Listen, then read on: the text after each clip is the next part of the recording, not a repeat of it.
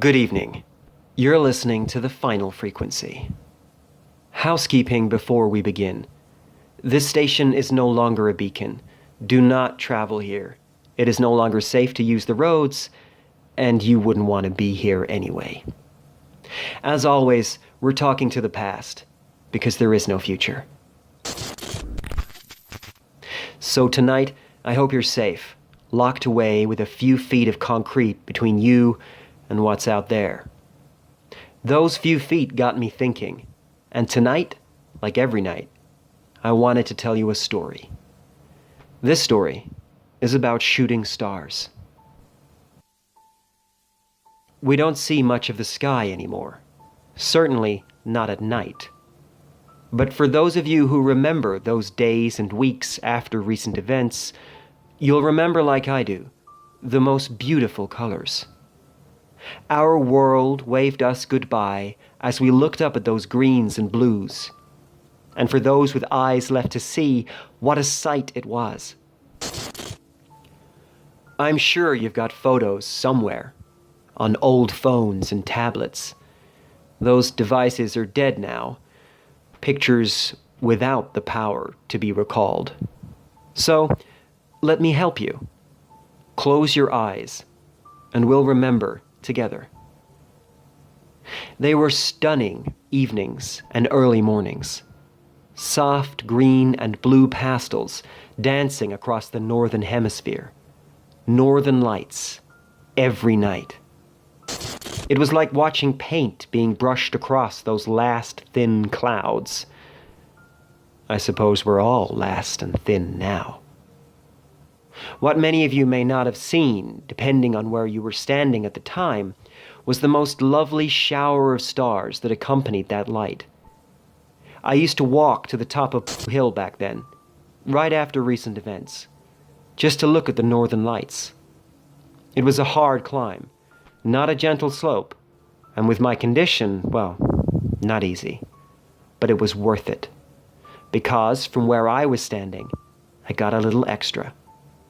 For a few nights, I remember seeing these little white stars dance across the high horizon, almost in symphony with the pastels beneath.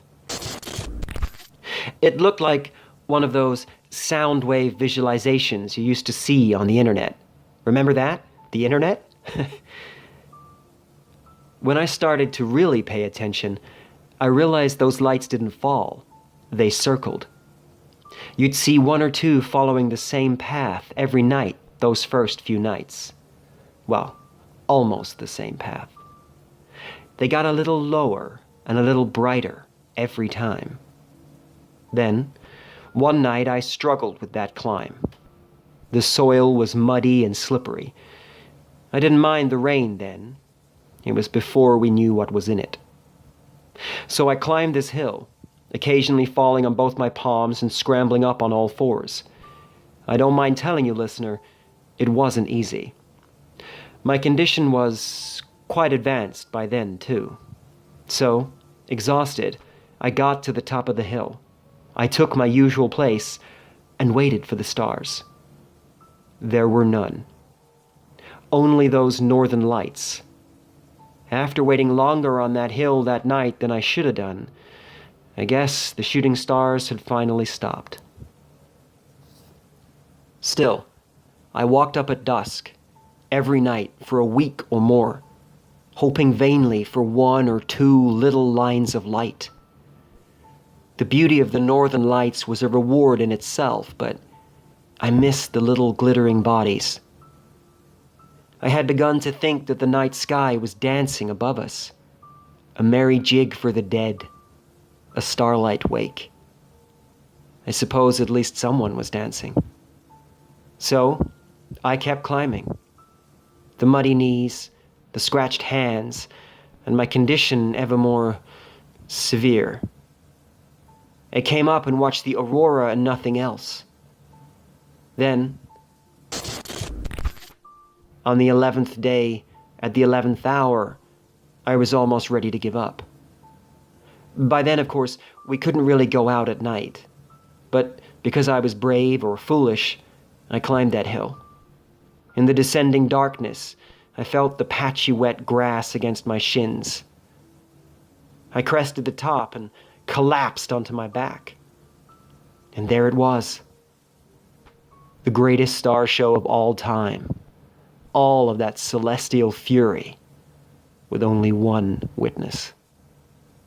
A blizzard of stars fell across my vision, circling, tumbling, and bursting into flame. A great sheet of falling debris, all leading to a final crescendo.